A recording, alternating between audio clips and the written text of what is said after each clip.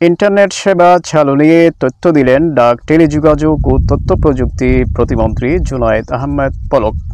আজ রাতের মধ্যে ইন্টারনেট সেবা চালু হচ্ছে কিনা সে বিষয়ে আমি আপনাদেরকে বিস্তারিত জানাচ্ছি।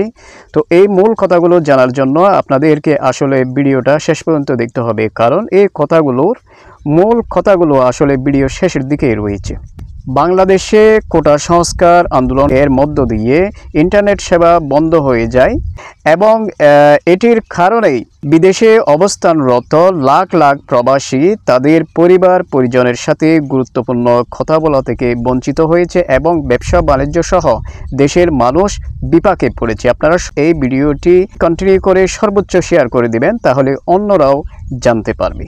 মঙ্গলবার 23 জুলাই বেলা 1টার দিকে রাজধানীর মহাখালীর খাজা টাওয়ার এলাকার ব্রডব্যান্ড সঞ্চালন লাইন ও ডাটা সেন্টার পরিদর্শন শেষে প্রতিমন্ত্রী বলেন, ইন্টারনেট সেবা কখন চালু হবে তা জানতে আরও কয়েক ঘন্টা অপেক্ষা করতে হবে।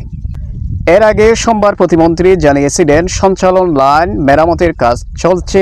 এদিকে দেশের কিছু জায়গায় ব্রডব্যান্ড ইন্টারনেট সচল হয়েছে বলে যে খবর ছড়িয়েছে তা ভিত্তিহীন বলে জানিয়েছেন ইন্টারনেট সেবাদাতাদের সংগঠন আইএসপিআইবির সভাপতি ইমদাদুল হক। তারা বলেছেন, সোমবার 22 জুলাই রাতে এবং মঙ্গলবার সকাল পর্যন্ত দেশের কোথাও ইন্টারনেট সংযোগ সচল হয়নি।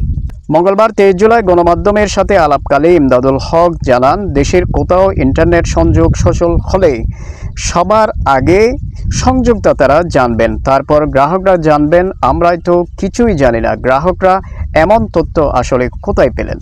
প্রিয় দর্শক, প্রিয় প্রবাসীগণ, সবচেয়ে গুরুত্বপূর্ণ কথাটি হচ্ছে এটা, যেটি আমি আপনাদেরকে প্রথমে বলছিলাম যে ভিডিওর শেষে এই কথাগুলো রয়েছে।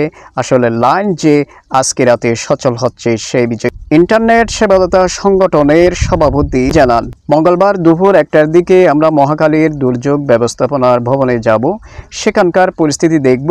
আমরা মন্ত্রীর সঙ্গে কথা বলেছি, চেষ্টা চলছে আজ রাতের মধ্যে ব্রডব্যান্ড সংযোগ সচল করার। তিনি জানান, সঞ্চালন লাইন যদি অনেক বেশি ক্ষতিগ্রস্ত হয় তবে হয়তো সময় লাগবে।